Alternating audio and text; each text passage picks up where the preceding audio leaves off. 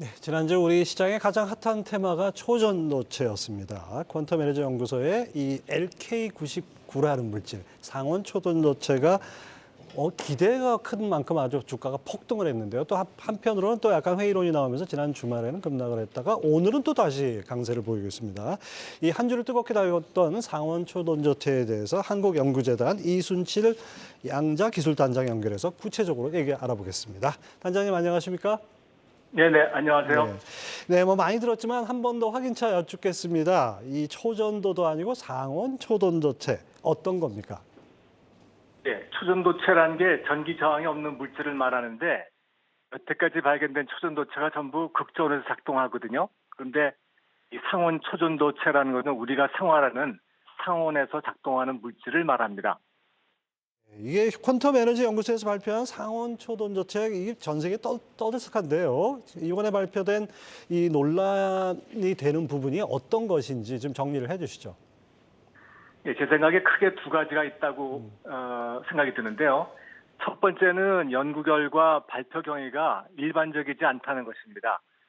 이미 이제 30년 전에 첫 발견을 했다고 하는데 여태까지 제대로 된 논문의 형태로 학술지에 실리지도 않고 있다가 언론에 먼저 발표되었다는 사실이 의심을 가지게 만듭니다.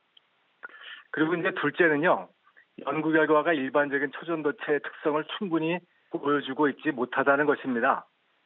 초전도체의 상징이라면 저항이 전혀 없다는 완전 도체성, 그리고 이제 자석을 밀어낸다는 반강자성, 이 두 가지라고 하겠는데요.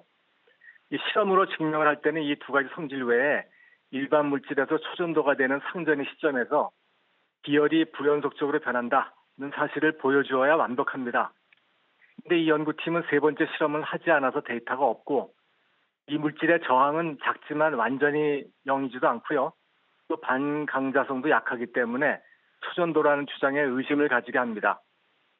이 연구팀이 이제 이런 의심들에 대해서 해명을 하고 있는데 이 물질이 일반적인 초전도체와 특성이 달라서 이에 대한 충분한 이론적 설명을 준비하느라고 오랜 시간이 걸렸다고 합니다.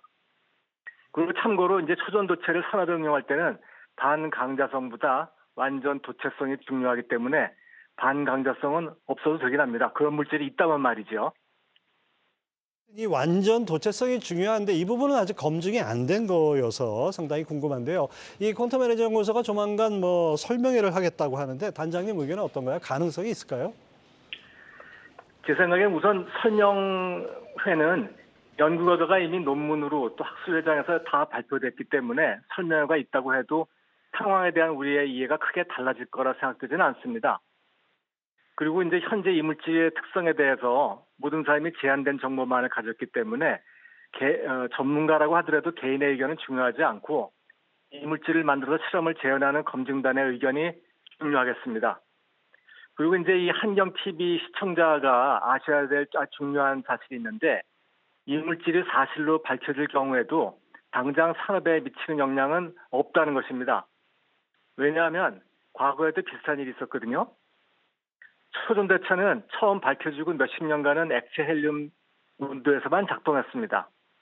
액체 헬륨은 리터당 한 2, 3만 원 하는 비싼 물질이기 때문에 액체 질소에서 작동하는 초전도체가 나오면 당장 노벨상이라고들 했습니다. 액체 질소는 콜라값보다도 싸거든요.